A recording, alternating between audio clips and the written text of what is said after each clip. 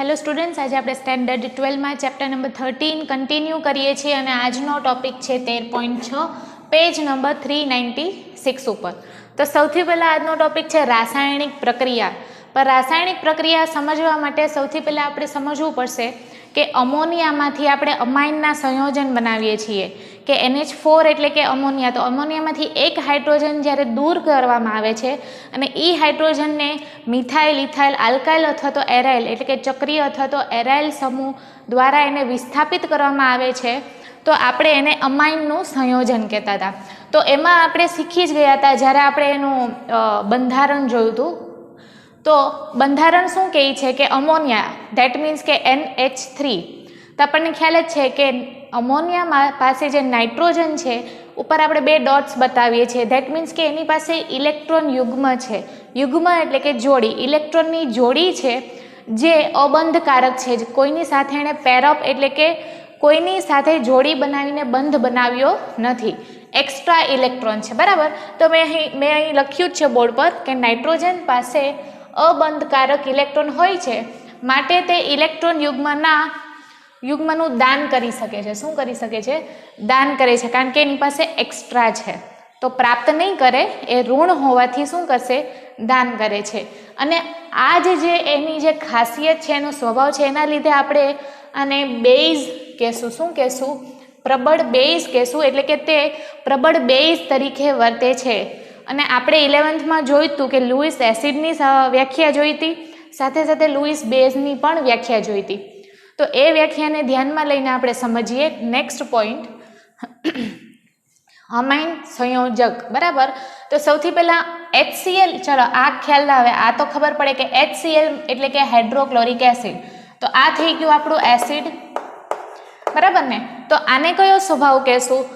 R મતલબ કે કોઈ બી આલ્કાઇલ સમૂહ, આલ્કાઇલ એટલે કે મિથાઇલ, ઇથાઇલ, પ્રોપાઇલ, બ્યુટાઇલ, કોઈ બી, અથવા તો ચક્રીય બી લઈ શકીએ. ચક્રીયના બદલે આપણે કયો લીધું છે? આર લીધું છે. આર અહીં હું કહું છું આલ્કાઇલ સમૂહ છે. તો આ તો એસિડિક છે, આપણને ખ્યાલ જ છે. તો આનો સ્વભાવ મેં તમને હમણાં જ સમજાવ્યો કે કેવો છે?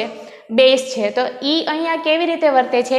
પ્રબળ બેઝ તરીકે વર્તે છે, કારણ કે એના પાસે એક્સ્ટ્રા ઇલેક્ટ્રોન છે, જેનાથી 11th વ્યાખ્યા આવી હતી કે ઇલેક્ટ્રોન દાન કરે છે, બેઝ તરીકે વર્તે છે, મતલબ કે ઇલેક્ટ્રોન દાન કરે છે. અને એસિડ કેવું હોય છે? એસિડ ઇલેક્ટ્રોન પ્રાપ્ત કરે છે. આ વ્યાખ્યા 11th શીખ્યા હતા, બરાબર. તો ઇન શોર્ટ આપણે યાદ રાખવાનું કે આપણું જે બેઝ જે મેં લીધું છે અહીંયા, એ આપણે કયું બેઝ લીધું છે? RNH2, એટલે કે એ બેઝ તરીકે વર્તે છે. અહીંયા એસિડ HCl હાઇડ્રોક્લોરિક એસિડ તરીકે વર્તે છે. અને આપણને પરિણામ સ્વરૂપ શું પ્રાપ્ત થાય છે? તો કે આપણને ખબર જ છે કે અહીંયા જે NH3 છે, બરાબર. આની સાથે કોણ જોડાય છે? Cl જોડાઈ જાય છે. તો આપણે આને શું કહેશું? ક્ષાર બન્યો. શું બન્યું? ક્ષાર. ક્ષાર કઈ રીતે કહી શકીએ? તો કે એમાં એક ધનાયન બી હોય છે અને સાથે સાથે એક ઋણાયન બી હોય છે. તો આપણને અહીંયા અમોનિયમ ક્ષાર પ્રાપ્ત થયો છે. 2 જ છે, હા, ઓકે, RNH2 જ છે. તો અહીં આપણને ક્ષાર પ્રાપ્ત થાય છે. તો અહીંયા મેં લખ્યું છે કે RNH2 + HCl gives RNH3Cl. હવે એમ થતું હશે કે આ 2 માંથી 3 કેવી રીતે થઈ ગયું? તો કે આ જે હાઇડ્રોજનમાં જે હાઇડ્રોક્લોરિક એસિડનો હાઇડ્રોજન અહીંયા એટેચ થાય તો અહીંયા 2 હાઇડ્રોજન હતા, અહીંયા 1 છે, તો 2 ને 1 3 થઈ ગયા. અને ક્લોરીન સ્વભાવ ખબર જ છે કે હેલોજન FCl-BrI એ લોકો સ્વભાવે ઋણ હોય છે, એટલે એ ઋણાયન થઈ ગયો. અને આ જે છે એ કેવો છે? ધનાયન થઈ ગયો. ખ્યાલ આવ્યો? તો આ પહેલી પ્રક્રિયા હતી. હવે આપણને ક્ષાર પ્રાપ્ત થઈ ગયો છે સ્ટુડન્ટ્સ. તો આગળ હું એવું કહીશ કે ક્ષારને જ્યારે આપણે પોટેશિયમ હાઇડ્રોક્સાઇડ સાથે મિક્સર કરીએ છીએ તો આપણને મૂળ પદાર્થ આપણો જે છે, મૂળ નિપજ પાછી પ્રાપ્ત થાય છે. એટલા માટે તમે જોઈ શકો છો કે મેં અહીંયા શું લખ્યું છે? ક્ષાર + NaOH. તો આપણને શું મળે છે? મૂળ પદાર્થ પાછો મેળવવો હોય તો આ એક પ્રક્રિયા થઈ ગઈ. તો અહીંયા મેં શું લખ્યું છે? ક્ષાર. કયો ક્ષાર હતો આપણો? RNH3Cl. ઓકે, RNH3Cl પ્લસ આપણે શું એડ કરાવ્યું? Sodium hydroxide. તો આ જે Na છે અને આ Cl એટલે આ NaCl થઈ ગયું, બરાબર. પછી આ OH અને આમાંનો H એટલે આ OH આમાંનો એક H એટલે એ H2O થઈ ગયું, બરાબર, H2O. તો શું બચ્યું? RNH, 3 માંથી એક હાઇડ્રોજન અહીંયા જતો રહ્યો છે એટલે RNH2 થઈ ગયું. તો થઈ ગયું ને, આપણું 1 ડિગ્રી અમાઇન થઈ ગયું. જ્યાંથી આપણે સ્ટાર્ટ કર્યું હતું મૂળ પદાર્થ, આ આપણો મૂળ પદાર્થ થઈ ગયો.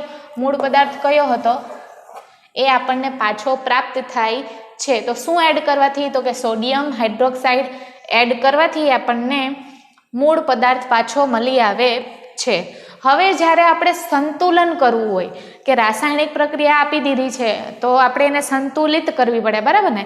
તો સંતુલન કરવું હોય તો 11th શીખ્યા હતા કે તેનો કે અચળાંક શોધવો પડે, કે ઇક્વિલિબ્રિયમનું સૂત્ર મૂકવું પડે. તો જોઈ લઈએ સંતુલન કેવી રીતે પ્રાપ્ત થાય. સેમ પ્રક્રિયા લીધી છે મેં, RNH2 પ્લસ વોટર, એટલે કે આપણે પાણીમાં જલીય દ્રાવણ લઉં છું. કયું લઉં છું હવે? જલીય દ્રાવણ લઉં છું. તો શું થશે? તો કે જ્યારે પાણીમાં મિક્સ થશે ને તો ધનાયન અને ઋણાયન છૂટા પડી જાય. તો પાણીમાં કયા બે હોય? H2O, બરાબર ને? તો આમાં એક હોય છે OH માઇનસ અને એક હોય છે H પ્લસ. આ એક ધનાયન અને ઋણાયન મિક્સ થાય ત્યારે આપણને પાણી મળે છે, બરાબર ને? તો આ OH ક્યાં છે? તો કે અહીંયા છે. ક્યાંથી આવ્યો? આમાંથી ઋણાયન છૂટો પડ્યો ને આનો એક હાઇડ્રોજન બચ્યો, એટલે કે પ્રોટોન બચ્યો. આમાંથી એક હાઇડ્રોજન કોની સાથે જોડાય છે? અહીંયા જોડાય છે. એટલે આ બેમાંથી કેટલા હાઇડ્રોજન થઈ ગયા? 3 થઈ ગયા. ખ્યાલ આવે છે? જ્યારે આપણે આ આપણું જે 1 ડિગ્રી અમાઇન છે અને આપણે જલીય દ્રાવણમાં એડ કરીએ છીએ તો પાણીમાંનો ધનાયન અને ઋણાયન અલગ પડી જાય છે, એટલે OH માઇનસ મળે છે અને અહીંયા એક હાઇડ્રોજન એડ થવાથી આ આપણો ધનાયન થઈ ગયો. પછી કે ઇક્વિલિબ્રિયમ, એટલે કે આપણે અચળાંક માટે સૂત્ર લખવું હોય તો 11th શીખ્યા હતા કે નિપજની સાંદ્રતા, ઉષ્માગતિશાસ્ત્ર ચેપ્ટરમાં શીખ્યા હતા, અપોન પ્રક્રિયકની સાંદ્રતા. કોઈ બી રાસાયણિક પ્રક્રિયા, એવું નહીં, 11th શું આપ્યું હતું? A plus B gives C plus D. તો આપણે સૂત્ર શું લખતા? C અને D ની સાંદ્રતા અપોન A અને B ની સાંદ્રતા. તો આપણે આ પ્રક્રિયા પસંદ કરી છે તો આનું આપણે સંતુલન અચળાંક કે મેળવવો હોય તો સૂત્ર શું લખશું? કે નિપજની સાંદ્રતા, સાંદ્રતા એટલે બ્રેકેટમાં સ્ક્વેર બ્રેકેટ લખો એટલે એને સાંદ્રતા કીધું, બરાબર?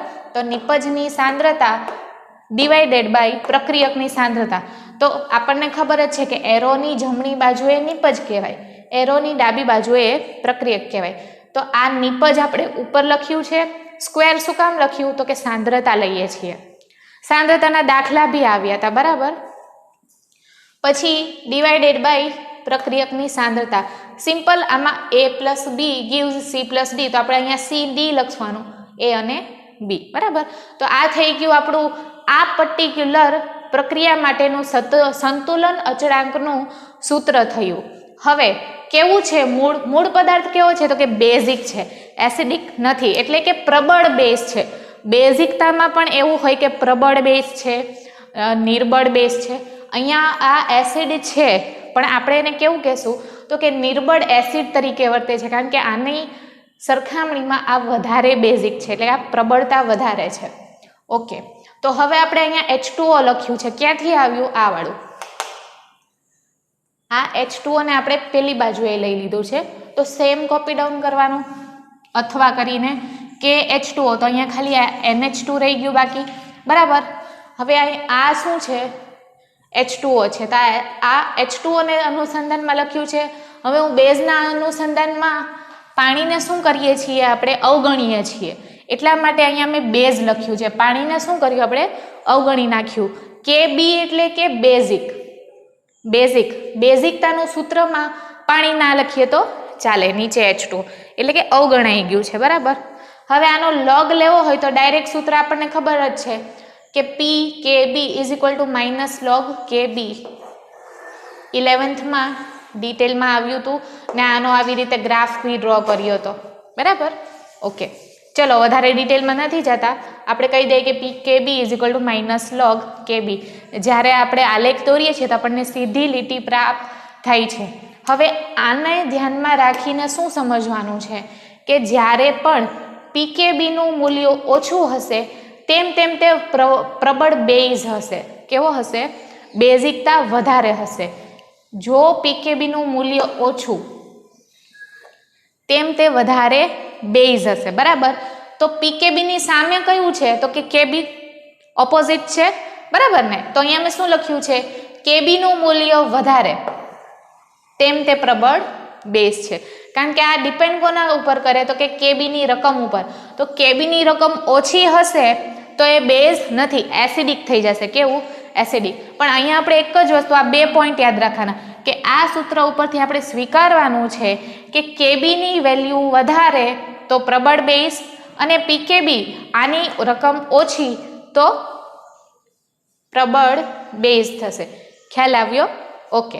હવે અમોનિયાનું પીકેબીની રકમ ઓલરેડી ટેક્સ્ટબુકમાં આપી જ દીધી છે, ગણવાની નથી. 4.75 MCQમાં પૂછાય એના માટે નોટ ડાઉન કરી લઈએ. હવે આપણને એક સરસ મજાનો કોષ્ટક આપ્યો છે 13.3 નો, જેમાં આપણે કશું જ યાદ નથી રાખવાનું, ખાલી સમજવાનું છે. તો આઈ ગેસ એમાં મિથાઇલેમાઇન પહેલું છે ને, મિથાઇલેમાઇન ફર્સ્ટ છે. તો એની પીકેબીની રકમ કેટલી આપી છે? ધ્યાનથી જુઓ, 3.38 આપી છે. અને મેં ડાયરેક્ટ લાસ્ટ સાથે સરખામણી કરી છે, 8.92, બરાબર. તો હું તમને આ કોષ્ટક સમજાવું છું કે કોષ્ટક શું કહેવા માંગે છે કે આ પીકેબીની રકમ ઓછી તો એ પ્રબળ બેઝ તરીકે વર્તે છે. જેમ જેમ તમે પીકેબીનું મૂલ્ય વધારશો, પીકેબીનું મૂલ્ય કેવું હોવું જોઈએ? ઓછું હોવું જોઈએ. પીકેબીનું મૂલ્ય ઓછું હશે તો જ આપણે એને પ્રબળ બેઝ તરીકે ગણવાનું છે. બાકી ધીમે ધીમે એની બેઝિકતા ઓછી થતી જાય છે અને એસિડિક તરફ વધતું જાય છે, બરાબર. તો અહીંયા આપણે જોઈ શકીએ છીએ કે 3.38 ઓછી રકમ છે તો તે પ્રબળ બેઝ છે, બરાબર, મિથાઇલેમાઇન. પછી જેમ જેમ આપણે નીચે જઈએ તો 8.92 એ કોષ્ટક પૂરો થાય છે તો તેની બેઝિકતા ઘટે છે. તો સરખામણી કરવાની, કોઈ બી 2 રકમ આપી હોય ને આપણને MCQમાં કે દાખલા તરીકે મિથાઇલેમાઇનની આ છે ને અમોનિયાની રકમ આ છે, તો નામ નહીં જોવાના, આપણે શું જોવાનું? રકમ શું છે? પીકેબીની રકમ ઓછી તો પ્રબળ બેઝ કહી દેવાનું, પીકેબીની રકમ વધારે તો બેઝિકતા ઓછી છે. આના નેક્સ્ટ MCQમાં શું પૂછાઈ શકે સરખામણીમાં? ચલો પીકેબીની વેલ્યુ આપી છે તો આપણને ખબર પડી ગઈ કે રકમ ઓછી તો પ્રબળ બેઝ. એક જ વસ્તુ યાદ રાખવાની. સાથે સાથે જો કેબી આપ્યું હોય તો કેબીમાં મેં શું કીધું હતું? કેબીનું મૂલ્ય વધારે તો પ્રબળ બેઝ, બરાબર. તો કેબીનું મૂલ્ય આ 3.38 છે ને, તો આનું કેબીનું મૂલ્ય શું લાગે તમને? કેટલું હશે? ડબલ કહી દઉં? વધારે હશે ને, હે ને. હું દાખલા તરીકે 10 કહી દઉં તો આનું કેબીનું મૂલ્ય અંદાજિત કહું છું, હા, સમજાવવા માટે. તો આનું કેબીનું મૂલ્ય કેવું હશે? તો કે 3 હશે. એક્ઝામ્પલ આપું છું.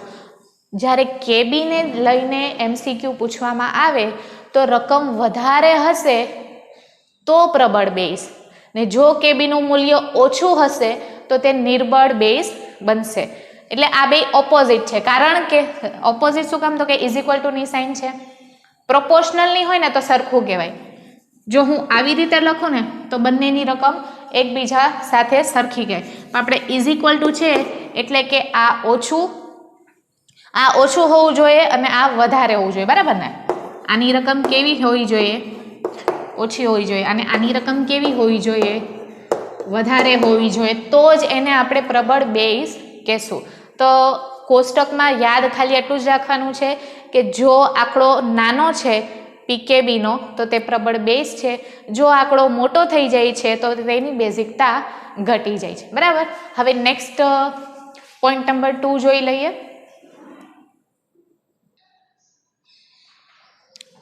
ઓકે સ્ટુડન્ટ્સ, તો નેક્સ્ટ આપણે જોઈએ રાસાયણિક પ્રક્રિયામાં કન્ટિન્યુ કરીએ છીએ.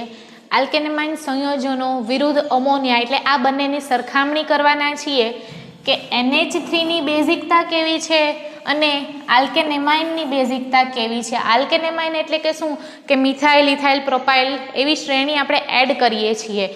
કોની વિરુદ્ધમાં? તો કે અમોનિયા. એટલે અમોનિયાની સાથે સાથે આપણે 1 ડિગ્રી, 2 ડિગ્રી અને 3 ડિગ્રી અમાઇન સંયોજનની સરખામણી કરીએ છીએ.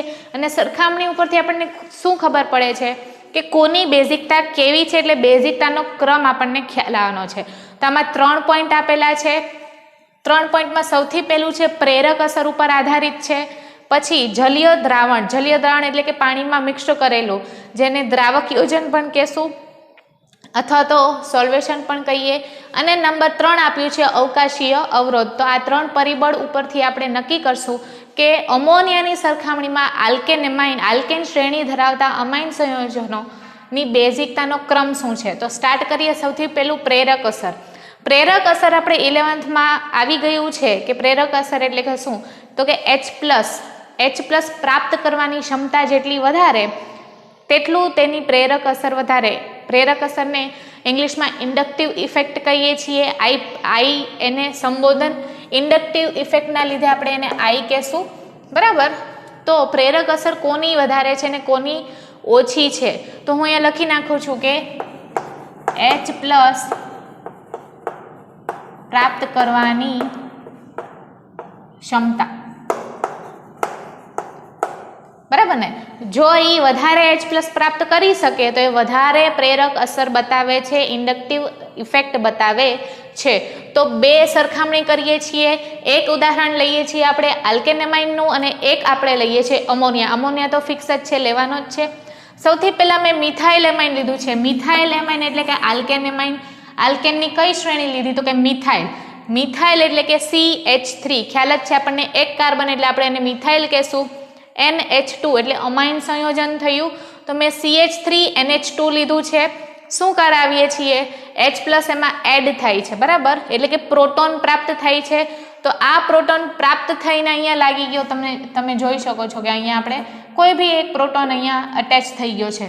તો આ શું બતાવે છે કે આની આઈ અસર સારી છે, I+ ઇન્ડક્ટિવ અસર વધારે છે, કારણ કે મિથાઇલ સમૂહ પ્રોટોન પ્રાપ્ત કરવાની ક્ષમતા અમોનિયાની સરખામણીમાં વધારે ધરાવે છે. એ વસ્તુ આપણે યાદ રાખવાની કે અમોનિયા કરતાં આલ્કેનેમાઇનમાંના જેટલા મિથાઇલ સમૂહ છે એ વધારે પ્રોટોનને પોતાની તરફ આકર્ષે છે. સરખામણી કોની વચ્ચે કરીએ છીએ, આલ્કેન એમાઇન એટલે કે મિથાઇલ એમાઇન અને અમોનિયા વચ્ચે, બરાબર.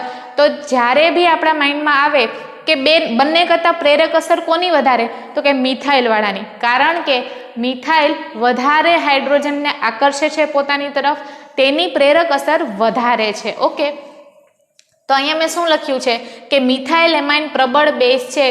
રીઝન, તેનું pKb ઓછું છે અથવા તો Kb વધારે છે. આ તો આપણે જોઈ જ લીધું છે. CH3 પ્રેરક અસર I વધારે છે કોની સરખામણીમાં, તો કે આ લીધું છે મેં અમોનિયા. આ શું છે, NH3. જ્યારે આમાં આપણે પ્રોટોન એડ કરાવીએ છીએ તો પ્રોટોન અટેચ થાય જ છે, એવું નથી કે પ્રોટોન અટેચ નથી થતો. ઝડપની વાત છે કે કોણ વધારે ઝડપી છે, બરાબર. તો હું એવું કહું છું કે મિથાઇલ વધારે ઝડપથી પ્રોટોન સ્વીકારે છે. આ સ્વીકારે તો છે પણ એની ઝડપ મિથાઇલ કરતાં ઓછી છે.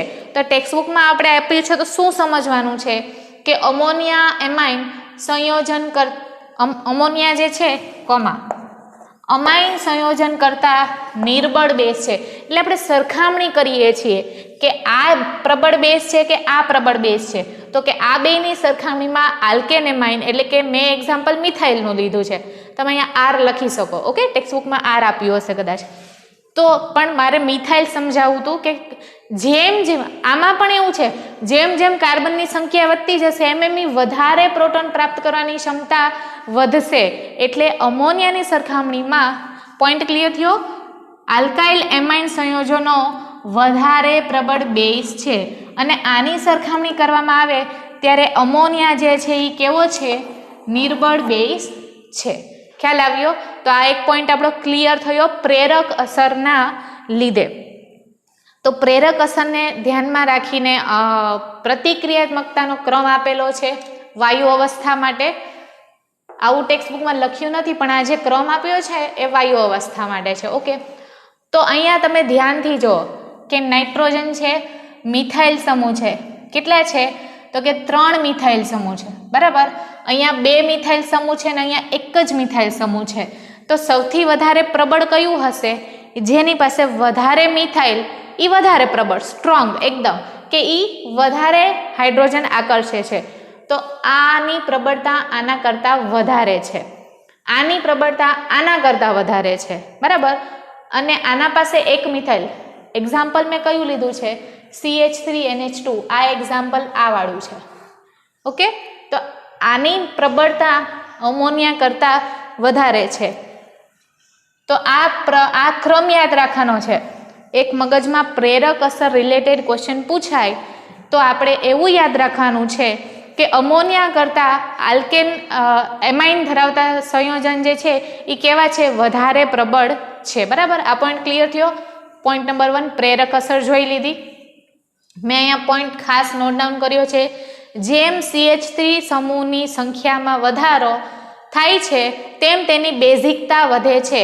એટલે આ પ્રબળ બેઝ છે. આ કેવું થઈ ગયું? પ્રબળ બેઝ. ને આની સરખામણીમાં અમોનિયા કેવું થઈ ગયું? નિર્બળ. ઓકે, પછી H+ એટલે કે પ્રોટોન પ્રાપ્ત ઝડપથી કરશે અને I+ ની અસર વધે છે. એને શું કહેવાય? પ્રેરક અસર. બરાબર. હવે પોઈન્ટ નંબર 2 જોઈ લઈએ. જ્યારે જલીય દ્રાવણ લઈએ છીએ, આ કઈ અવસ્થા કીધી? વાયુ. હવે આપણે કયું લઈએ છીએ? જલીય. જલીય એટલે કે આપણી પાસે બે વસ્તુ છે, આલ્કેન ધરાવતા અમાઇન છે અને અમોનિયા છે. બંનેને શું કરશું? પાણીમાં એડ કરશું. એટલે આપણી પાસે જલીય દ્રાવણ પ્રાપ્ત થયું. એનું બીજું નામ દ્રાવક યોજન તરીકે બી પૂછાય અથવા તો સોલ્વેશન તરીકે પણ પૂછાય ઓર પાણીમાં દ્રાવ્ય. તો હવે આપણે દ્રાવ્યતા જોવાની છે કે પાણીમાં દ્રાવ્ય થયા પછી કોની બેઝિકતા વધારે છે. બરાબર, તો આમાં આપણે જોઈએ કે જેમ આ ઓપોઝિટ છે, આનો ઓપોઝિટ આ છે એવું યાદ રાખવાનું. ઓકે, તો જેમ મિથાઇલ એટલે કે CH3 ની સંખ્યા ઓછી તેમ બેઝિકતા વધુ ઓછી. આનો ઓપોઝિટ. આમાં શું કીધું તું મેં કે જેમ મિથાઇલની સંખ્યા વધારે એમ તે વધારે બેઝિક. પણ પાણીમાં જ્યારે એડ કરીએ છીએ તો અસર અલગ જોવા મળે છે. શું અસર જોવા મળે છે? કે જેમ મિથાઇલની સંખ્યા ઓછી તેમ બેઝિકતા વધારે. તો આ ક્રમ ઊંધો થઈ ગયો ને. આમાં જો એમોનિયા નિર્બળ બેઝ હતું, અહીંયા આપણે ફર્સ્ટ પ્રાયોરિટી આપી છે કે અમોનિયા કેવું છે? પ્રબળ બેઝ. આનાથી ઓછું 2 હાઇડ્રોજન બંધ ધરાવતું, હે ને? એટલે કે 1 ડિગ્રી. આ 1 ડિગ્રી, 2 ડિગ્રી, 3 ડિગ્રી. આની જે ડિટેલ આ જે લખ્યું છે એવું પાણીવાળું ટેક્સ્ટબુકમાં આપેલું છે, પણ એ યાદ રાખવાની જરૂર નથી. તમે જોઈ શકો છો કે OH- આયન 3 જગ્યાએ, 2 જગ્યાએ ને 1 જગ્યાએ લગાડ્યો. પણ આપણે ક્રમ યાદ રાખવાનો છે કારણ કે ક્રમ મેઇન છે. કે આમાં અમોનિયા પછી 1 ડિગ્રી એટલે કે 2 હાઇડ્રોજન ધરાવતું હોય, 2 ડિગ્રી એટલે ખાલી NH હોય, 3 ડિગ્રી એટલે હાઇડ્રોજન બંધ નથી. આમાં જો નાઇટ્રોજન સાથે કેટલા હાઇડ્રોજન બંધ છે? મિથાઇલ સિવાયના ઓનલી N છે. જો ઓનલી N એટલે મેં તમને વિડીયોમાં કીધું હતું કે ઓનલી N હોય તો આપણે એને 3 ડિગ્રી કહેશું. NH છે તો 2 ડિગ્રી કહેશું અને NH2 છે તો એને 1 ડિગ્રી કહેશું. તો આ ક્રમ થઈ ગયો આપણો. 3 ડિગ્રી વધારે પ્રબળ, ઓછું 2 ડિગ્રી અને એનાથી ઓછું પ્રાથમિક. આ તૃતીયક, આ દ્વિતીયક અને આ પ્રાથમિક અને પછી અમોનિયા. ક્યારેક એવું પૂછાશે MCQમાં કે ઓળખી બતાવો કે પ્રાથમિક કયું છે, દ્વિતીયક કયું છે ને તૃતીયક કયું છે. તો એના માટે સિમ્પલ મેં કીધું હતું કે ખાલી આ નાઇટ્રોજન હોય તો 3 ડિગ્રી કહેવાય, નાઇટ્રોજન સાથે 1 હાઇડ્રોજન હોય તો 2 ડિગ્રી કહેવાય અને નાઇટ્રોજન પાસે 2 હાઇડ્રોજન હોય તો 1 ડિગ્રી. અને જો 3 હાઇડ્રોજન હોય તો એ આપણું અમાઇન સંયોજન છે જ નહીં, એ તો પ્યોર અમોનિયા છે. બરાબર, ખ્યાલ આવી ગયો ને? કારણ કે અમોનિયામાંથી આ કેવી રીતે બને છે? તો કે અમોનિયા છે ને એનું 1 હાઇડ્રોજન દૂર કરાવીએ. જ્યારે અમોનિયાનું 1 હાઇડ્રોજન દૂર કરાવશું તો જ આ CH3 ત્યાં એનું સ્થાન લઈ શકશે અને તો જ આપણને 1 ડિગ્રી અમાઇન મળશે. બરાબર. હવે આના 2 હાઇડ્રોજન દૂર કરાવું તો શું રહેશે? ખાલી NH રહેશે. તો 2 હાઇડ્રોજન દૂર થયા તો ત્યાં 2 મિથાઇલ સમૂહ આવીને બેસી ગયા. બરાબર ને? તો આ 1 ડિગ્રી, 2 ડિગ્રી, 3 ડિગ્રી એ આપણને ખ્યાલ હોવો જોઈએ કે ખાલી N તો 3 ડિગ્રી, NH હોય તો 2 ડિગ્રી અને NH2 હોય તો 1 ડિગ્રી અને જો NH3 હોય તો અમોનિયા. કારણ કે એના પાસે તો 3 હાઇડ્રોજન છે જ, અમાઇન સંયોજન બન્યું નથી. બરાબર. આ હતી જલીય દ્રાવણની વાત. આનાથી ઓપોઝિટ એવું યાદ રાખવાનું. તો ક્રમ કેવો કરવાનો? ફેરવી નાખવાનો. અમોનિયા પહેલું લઈ લેવાનું. અહીંયા 1 ડિગ્રી લાસ્ટમાં હતું તો અહીંયા 1 ડિગ્રી. 2 હાઇડ્રોજન બંધ ધરાવે છે અથવા તો હું કહી શકું કે NH2 RNH2 R એટલે કે કંઈ બી તમે લખી શકો, પછી RNH અને ઓનલી RN 3 ડિગ્રી, કારણ કે 3 એ 3 હાઇડ્રોજન વિસ્થાપિત થયા છે. તો આ પોઈન્ટ નંબર 2 હતો. પ્રેરક અસરમાં પોઈન્ટ શું હતો કે મિથાઇલ વાળું વધારે પ્રબળ બેઝ છે, અમોનિયા ઓછું બેઝ છે. જ્યારે એ જ દ્રાવણને આપણે જલીય દ્રાવણ લઈએ છીએ તો પરિસ્થિતિ બદલાઈ જાય છે.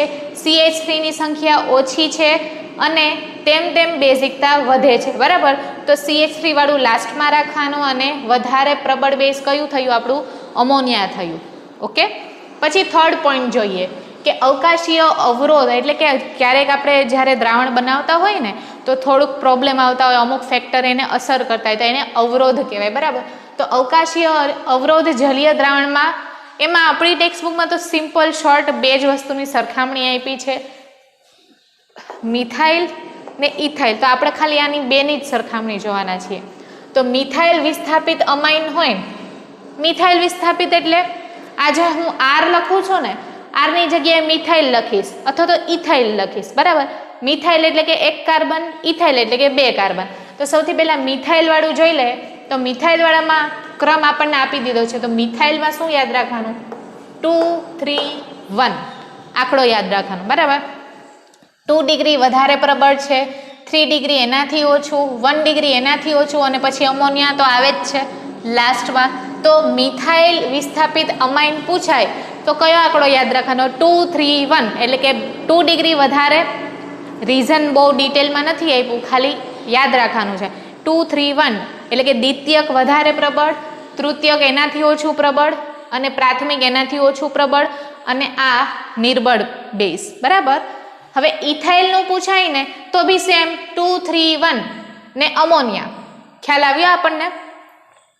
NH2 હોય તો NH2 હોય તો આપણે એને શું કહીએ છીએ? 1 ડિગ્રી. N હોય તો 3 ડિગ્રી. કન્ફર્મ જોઈ લો, મિસ્ટેક ના થાય.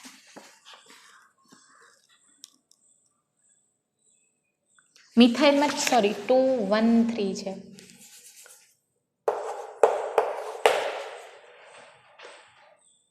આવું NH2 છે એટલે 1 થયું ને, NH2 એટલે 1 ડિગ્રી થયું અને આ 3 ડિગ્રી થયું. આ 1 ડિગ્રી અને આ 2 ડિગ્રી, 2 1 3 અને 2 3 1.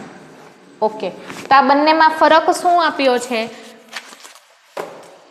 ખાલી એટલું જ સમજાવ્યું છે કે કોની સરખામણીમાં શું. તો આપણે અહીંયા 2 1 3 યાદ રાખશું. 2 1 3 2 ડિગ્રી, NH2 છે એટલે 1 ડિગ્રી થયું ને, અને NH છે જ નહીં એટલે 3 ડિગ્રી, 3 એ 3 વિસ્થાપિત થઈ ગયા. આમાં એક જ મિથાઇલ આવ્યું છે અને આમાં 2 મિથાઇલ આવ્યા. એટલે જોવાનું મિથાઇલ ગ્રુપ કેટલા છે? તો કે 2. તો એ કઈ ડિગ્રી થઈ? 2 ડિગ્રી. અહીંયા મિથાઇલ કેટલું છે? તો કે એક જ મિથાઇલ આપ્યું તો એ 1 ડિગ્રી. બરાબર ને? અહીંયા મિથાઇલ કેટલા આપ્યા છે? તો કે 2 આપ્યા છે. તો એની ડિગ્રી કઈ થઈ? અહીંયા 3 હોવું જોઈએ ને, 3 હોવું જોઈએ અહીંયા. સમજાય?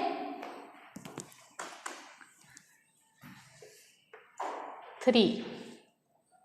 ચાલો ઓપન અપ કરીને બતાવી દઉં તમને કે 2 ડિગ્રી NH એટલે શું? તો કે એક N હશે.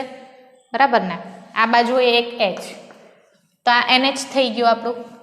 મિથાઇલ કેટલા છે? 2 છે, હે ને?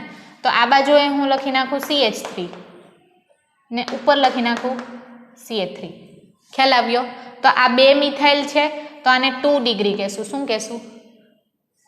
2 ડિગ્રી NH સાથે લખું એટલે કન્ફ્યુઝન ન થાય. ઓકે, નેક્સ્ટ હું લખું છું 1 ડિગ્રી વાળું NH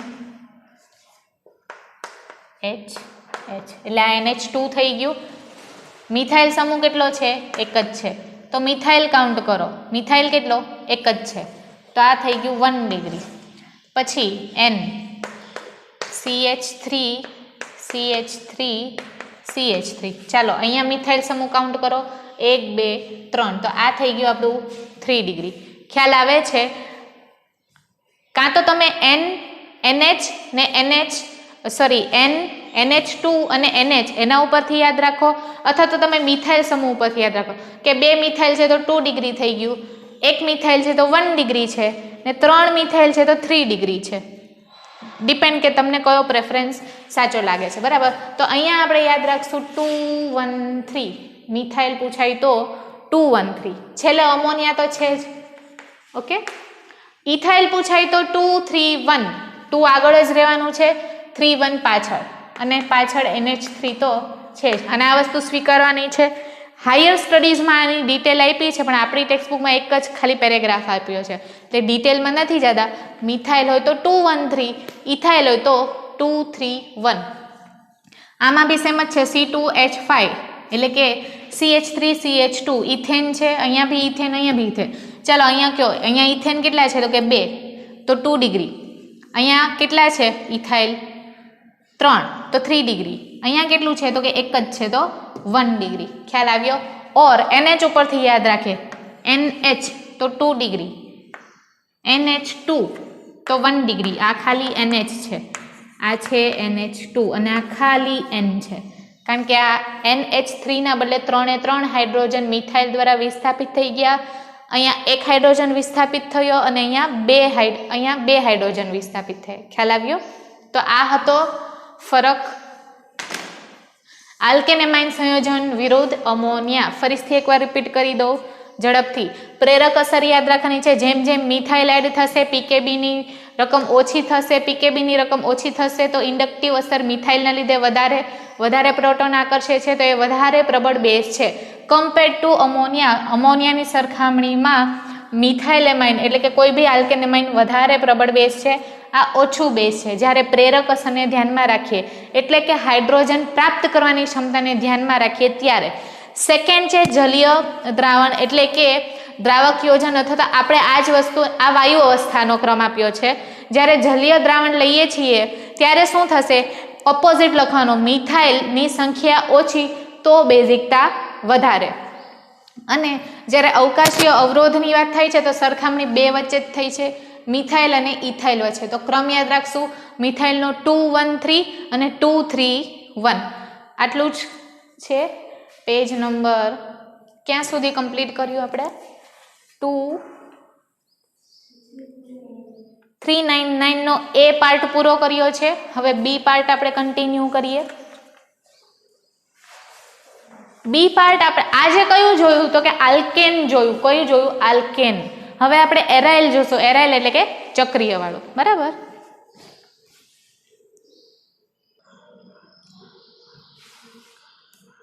ઓકે સ્ટુડન્ટ્સ, નેક્સ્ટ આપણું બી છે. આપણે એમાઇન સંયોજનની સરખામણી અમોનિયા સાથે કરી હતી. હવે આપણે ચક્રીય એટલે કે એરાઇલ એટલે કે એરોમેટિક, જ્યારે તેને દહન કરવામાં આવે તો એક તીવ્ર પ્રકારની અથવા તો માછલી જેવી, સડેલા ઈંડા જેવી વગેરે વગેરે વાસ આવે, તો એને એરોમેટિક કહેવાય. હા ને, સુગંધ બી આવી શકે અને દુર્ગંધ બી આવી શકે, તો એને આપણે એરોમેટિક કહીએ. એરોમેટિક એટલે કે ચક્રીય. ચક્રીય એટલે કે બેન્ઝીન વલય ઉપર લાગેલા હોય. તો એનિલિનનું સૂત્ર આપણને ખ્યાલ જ છે કે એનિલિન એટલે કે NH2, અમોનિયામાંનો એક હાઇડ્રોજન બેન્ઝીન રિંગ દ્વારા વિસ્થાપિત કરવામાં આવે છે. NH3 ની બદલે NH2 છે, તો એક હાઇડ્રોજનની જગ્યાએ C6H5 એટલે કે બેન્ઝીન વલયે જગ્યા લઈ લીધી છે, તો એનું આપણે IUPAC નામ કીધું છે એનિલિન, બરાબર. હવે એનિલિનનું આપણે ટેક્સ્ટબુકમાં જોશો તો પેજ નંબર 399 ઉપર આપેલું છે કે 5 અલગ અલગ સંસ્પંદન બતાવવામાં આવ્યા છે, બંધારણ આપ્યા છે. તો એની પાસે કુલ કેટલા સંસ્પંદન થાય છે તો કે 5. કારણ શું છે કે એની પાસે જે નાઇટ્રોજન છે, નાઇટ્રોજન પાસે 2 અબંધકારક ઇલેક્ટ્રોન છે અને તે બેન્ઝીન વલય ઉપર ફરે છે. તમે જોઈ શકો છો, અહીંયા છે, પછી તે અહીંયા જાય, અહીંયા જાય, અહીંયા. એટલે આ જે ઇલેક્ટ્રોન યુગ્મ છે, જોડી જે છે એ ઓર્થો પેરા મેટા એવી રીતે બેન્ઝીન વલય ઉપર પરિભ્રમણ કરે છે. એનો મતલબ એ છે કે હાઇડ્રોજન તેને સ્વીકારી શકતો નથી. એનું રીઝન શું છે કે ઇલેક્ટ્રોન ફરતો રહે છે, અને ઇલેક્ટ્રોનનો સ્વભાવ એવો જ હોય છે કે જો એને જગ્યા મળશે તે ફરતો રહેશે, ઇલેક્ટ્રોન એક જગ્યાએ સ્થિર રહેતો નથી. તો મેં રીઝન લખ્યું જ છે કે NH2 બેન્ઝીન સાથે જોડાયેલો છે, તેને નાઇટ્રોજન પર રહેલા અબંધકારક ઇલેક્ટ્રોન યુગ્મ એટલે કે જોડી હે ને બેન્ઝીન વલય પર શું કરે છે? પરિભ્રમણ કરે છે એટલે કે ફરે છે, ફરતો રહે છે, જેના પરિણામ સ્વરૂપ આપણને 5 સંસ્પંદનના બંધારણ જોવા મળ્યા છે અને H+ તેને સ્વીકારી શકતો નથી. આ વસ્તુ સમજાઈ ગઈ. એનિલિનની 5 સંસ્પંદનના આકૃતિ આપેલી છે ટેક્સ્ટ બુકમાં. હવે જ્યારે આને આપણે એક પ્રોટોન પ્રાપ્ત કરાવીએ, ધેટ મીન્સ કે NH2 માંથી કેવું થઈ જશે? NH3. તો આપણને અહીંયા અમોનિયમ આયન મળશે, એનિલિનિયમ આયન અથવા તો અમોનિયમ એનિલિનિયમ આયન મળશે, બરાબર. પણ અહીંયા આપણે શું જોઈએ છીએ કે આ ઋણ છે, આની સરખામણીમાં પ્લસ છે, કારણ કે એણે પ્લસ પ્રાપ્ત કર્યું છે, ધનતા પ્રાપ્ત કરી છે, ધનતામાં ઘનતા પ્લસ પોઝિટિવિટીમાં વધારો થયો છે. તો આ પ્લસ હોવાથી આપણને ખાલી 2 જ સંસ્પંદન જોવા મળ્યા, એક આ વાળું અહીંયા બંધવાળું અને એક આ વાળું. તો હવે આ સરખામણી કરીએ તો આનું 2 સંસ્પંદનની રચના જોવા મળે છે, અહીંયા 5ની જોવા મળે છે. તો કોણ વધારે સ્થાયી છે? તો કે જેની સંસ્પંદનની રચના વધુ હશે તે વધારે સ્થાયી છે. તો આ બેની સરખામણી પૂછવામાં આવે કે એનિલિનિયમ આયન અને એનિલિન આ બંનેમાં સૌથી વધારે સ્થાયી કોણ છે? તો કે એનિલિન વધારે સ્થાયી છે. કારણ શું છે? તો કે એના 5 સંસ્પંદનની રચના આપેલી છે. નાઇટ્રોજન પરનો ઇલેક્ટ્રોન બેન્ઝીનના વલય ઉપર ફરે છે, હાઇડ્રોજન તેને પ્રાપ્ત કરી શકતો નથી. અને જ્યારે એનિલિનમાં આપણે પ્રોટોન એડ કરાવીએ તો આપણને એનિલિનિયમ આયન મળે છે, ધન આયન મળે છે, બરાબર, જેના માત્ર 2 જ સંસ્પંદન જોવા મળે છે. કારણ કે ઇલેક્ટ્રોન હોય તો પરિભ્રમણ કરે ને, ઇલેક્ટ્રોન તો છે જ નહીં, બરાબર. આ બંનેની સરખામણી સમજાઈ ગઈ. ઓકે. હવે main point, aromatic amine NH ammonia કરતાં નિર્બળ બેઝ છે, એટલે કે ચક્રીય જેટલા બી છે તે અમોનિયા કરતાં કેવા છે? નિર્બળ બેઝ સાબિત થયા છે. એટલે એની સરખામણીમાં અમોનિયા પ્રબળ બેઝ થઈ ગયો છે. આપણે આલ્કાઇલની વાત કરી હતી તો અમોનિયા ક્યાં લખતા હતા? આગળ લખતા હતા કે પાછળ લખતા હતા? પાછળ લખતા હતા. ધેટ મીન્સ કે 1 ડિગ્રી 2 ડિગ્રી 3 ડિગ્રી કેવા હતા? વધારે પ્રબળ બેઝ હતા, કારણ કે વધારે મિથાઇલ હતું. પ્રેરક અસ્તરમાં આપણે જોયું ને, બરાબર. પણ ચક્રીયમાં શું થઈ ગયું? ઊંધું થઈ ગયું. અમોનિયા વધારે પ્રબળ છે, હા ને આ બેન્ઝીન વલયવાળા નિર્બળ છે. તો અહીંયા આ પોઈન્ટ મેં ખાસ નોટ ડાઉન કર્યો છે કે એરોમેટિક એટલે કે ચક્રીય અમાઇન NH3 કરતાં નિર્બળ છે. તો આપણું પ્રબળ કોણ થયું? અહીંયા ચક્રીયની વાત આવે તો સૌથી પહેલું લખવાનું અમોનિયા પ્રબળતામાં, બરાબર. હવે એનિલિન કરતાં પ્રબળ બેઝ, હવે આ શું છે? તો કે બેન્ઝીન વલય ઉપર અમોનિયા છે, પણ ફોર એક્ઝામ્પલ મારે NH2 નથી લખવું ને OCH3 લખવું છે, તો ફરી ગયો ને, મિથાઇલ સમૂહ આવી ગયો ને, બરાબર. અથવા તો ખાલી મિથાઇલ સમૂહ લખવું છે, ટોલ્યુઇન થઈ ગઈ ને, CH3. અહીંયા હું ટોલ્યુઇન લખી નાખું તો CH3 લખું તો ટોલ્યુઇન થયું ને, બરાબર ને. તો એરોમેટિકની વાત કરીએ છીએ તો આપણને એવું કીધું છે કે આ ઇલેક્ટ્રોન મુક્ત કરનાર 2 સમૂહો છે જે મોઢે કરવાના છે. કયા 2? તો કે OCH3 અને CH3. જ્યારે આ બંનેની વાત આવશે ને સ્ટુડન્ટ્સ, તો આ પ્રબળ બેઝ છે. કોની સરખામણી કરતા? એનિલિન કરતા. તો જ્યારે આખો એરોમેટિકનો ક્રમ પૂછવામાં આવે તો આપણે શું લખશું? 2 ડિગ્રી 1 ડિગ્રી 3 ડિગ્રી આ કયા છે? મિથાઇલવાળા, હા ને. એમોનિયા એટલે આ ક્રમ તો જોઈ લીધો આગળ. અમોનિયા પછી કયું આવશે? તો કે આ આવશે અથવા તો આ આવશે, એટલે મેં અહીંયા હાઇફન કર્યું છે. બેમાંથી કોઈ બી હોય ને એને આપણે અમોનિયા પછી મૂકવાનું છે, પણ કોની આગળ? એનિલિનની આગળ મૂકવાનું છે. ધેટ મીન્સ કે આ બંને એનિલિન કરતાં વધારે પ્રબળ બેઝ છે. તો એનિલિન ક્યાં આવશે? છેલ્લે આવશે. ચક્રીય ક્યાં આવશે? લાસ્ટમાં આવશે.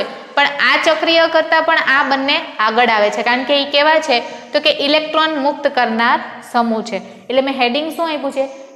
એનિલિન કરતાં પ્રબળ બેઝ કયા 2 છે? તો કે OCH3 અને CH3, બરાબર. હવે નેક્સ્ટ વાત કરીએ, એનિલિન કરતાં નિર્બળ બેઝ કયા છે એનિલિનની સરખામણીમાં? એનિલિન શું કામ કહું છું? તો કે આપણું મેઇન ટોપિક શું છે? તો કે એરાઇલ એટલે કે ચક્રીય, એટલા માટે ચક્રીયની વાત કરીએ છીએ. પણ ચક્રીયમાં પણ એવું હોય છે કે બેન્ઝીન વલય ઉપર અલગ અલગ લાગેલા હોય છે, તો એની સરખામણી આપણે એનિલિન સાથે કરીએ, બરાબર. તો આ ક્રમ તો જેમનો તેમ રહેશે અમોનિયા સુધીનો, અમોનિયા પછી કયું આવશે? એનિલિન. કારણ કે મેં અહીંયા શું લખ્યું? એનિલિન કરતા નિર્બળ બેઝ કયા છે? તો કે nitro NO2, sulpho SO3H, carboxylic acid COOH અને હેલોજન X. તો આ 4 યાદ રાખવાના. કેવા? તો કે એનિલિન કરતા નિર્બળ. તો અમોનિયા પછી યાદ રાખવાનું, અમોનિયા પછી તરત આપણે શું લખ્યું? એનિલિન લખ્યું. અને આમાંથી કોઈ બી એક જ આપેલું હશે, 4 નહીં આપે. તો એનિલિનની પછી આ 4 મૂકવાના, જે બી આપ્યું હોય તે. ખ્યાલ આવી ગયો? કારણ કે આ કેવા સમૂહ છે? તો કે ઇલેક્ટ્રોન આકર્ષક સમૂહ છે. તો આ કેવા છે? તો કે ઈ નિર્બળ બેઝ છે. સરખામણી કરીએ છીએ એનિલિન સાથે. આ બંને ટૂંકમાં આ યાદ ના રાખવું હોય તો બી આ બે યાદ રાખવાનું કે આ પ્રબળ બેઝ છે. તો આ બેને એનિલિનની આગળ મૂકવાનું. આના સિવાય ગમે તે આપ્યું હોય તે ક્યાં મૂકવાનું? એનિલિનની પછી મૂકવાનું. તો આટલું જ આપ્યું છે ટેક્સ્ટબુકમાં કે એરાઇલ એમાઇન વિરુદ્ધ અમોનિયા. ધેટ મીન્સ કે અમોનિયા પછી જ આવશે. શું કામે?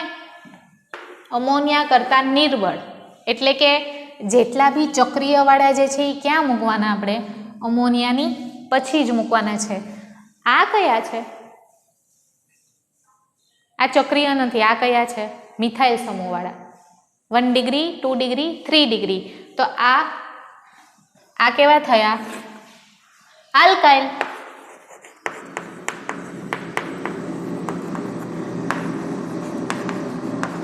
આલ્કાઇલ એમાઇન હે ને?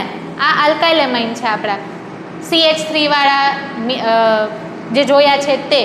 તો અહીંયા સુધી તો આપણે જોઈ લીધું ને આગળ, બરાબર. હવે વાત કઈ હતી? સૌથી પહેલા આપણે શું સમજ્યા? તો કે આલ્કાઇલ એમાઇન અને અમોનિયા વચ્ચેની સરખામણી કરી બેઝિકતાની. તો આપણને એમાં શું ખબર પડી? કે અમોનિયા સૌથી નિર્બળ બેઝ છે અને મિથાઇલ સમૂહવાળા એનાથી વધારે બેઝ છે. એટલે એને આપણે આગળ મૂકવાનો, નંબર 1 આપવાનો. એનાથી ઓછું પ્રબળ આ, એનાથી ઓછું પ્રબળ બેઝ આ, અને સૌથી ઓછું પ્રબળ બેઝ અમોનિયા હતું. આ સરખામણી આપણે 3 વસ્તુ દ્વારા જોઈ લીધી. પ્રેરક દ્વારા જોઈ, જલીય દ્રાવણવાળા દ્વારા જોઈ, અને ત્રીજું કયું હતું? અવરોધ. કયો હતો? અવકાશીય અવરોધ. ખ્યાલ આવ્યો? તેમાં આપણે અમોનિયા ક્યાં મૂકતા હતા? લાસ્ટમાં, બરાબર ને? એટલે અહીંયા સુધીનું સમજી ગયા. હવે આ ચક્રીય છે. કેવા છે? ચક્રીય. ધેટ મીન્સ કે બેન્ઝીન વલય, બેન્ઝીન વાળા. ઇન શોર્ટમાં તમને કહું તો બેન્ઝીન વાળા અને કોની સાથે સરખામણી કરી આપણે? અમોનિયા સાથે. ને શું ખબર પડી આપણને અમોનિયા સાથે સરખામણી કરી? તો કે આ લોકોની સરખામણીમાં અમોનિયા પ્રબળ બેઝ છે. સમજાય છે? તો અમોનિયા પહેલા લખવાનું અને આ બધાને પછી મૂકવાના. પછી મૂકવામાં પણ 2 વિભાગ પાડ્યા છે. કયા 2 વિભાગ છે? તો કે આ 2 હોય તો એનિલિનની આગળ મૂકવાનું, આ 2 સિવાયના ગમે તે હોય તો એને એનિલિનની પાછળ મૂકવાનું. ખ્યાલ આવી ગયો? તો આ આખું આપણે શોર્ટકટ જોઈ લીધો છે કે આલ્કાઇન વાળા આગળ આવશે, વચ્ચે અમોનિયા આવશે. આ લોકો માટે આ નિર્બળ બેઝ છે, આ લોકો માટે આ પ્રબળ બેઝ છે. તો બેઝિકતા આપણે કોની સાથે સરખાવીએ જ? અમોનિયા સાથે. ખ્યાલ આવી ગયો? ઓકે. તો ટોપિક પૂરો થયો. હવે નેક્સ્ટ ટોપિક કન્ટિન્યુ કરશું પછી નેક્સ્ટ લેક્ચરમાં. Thank you.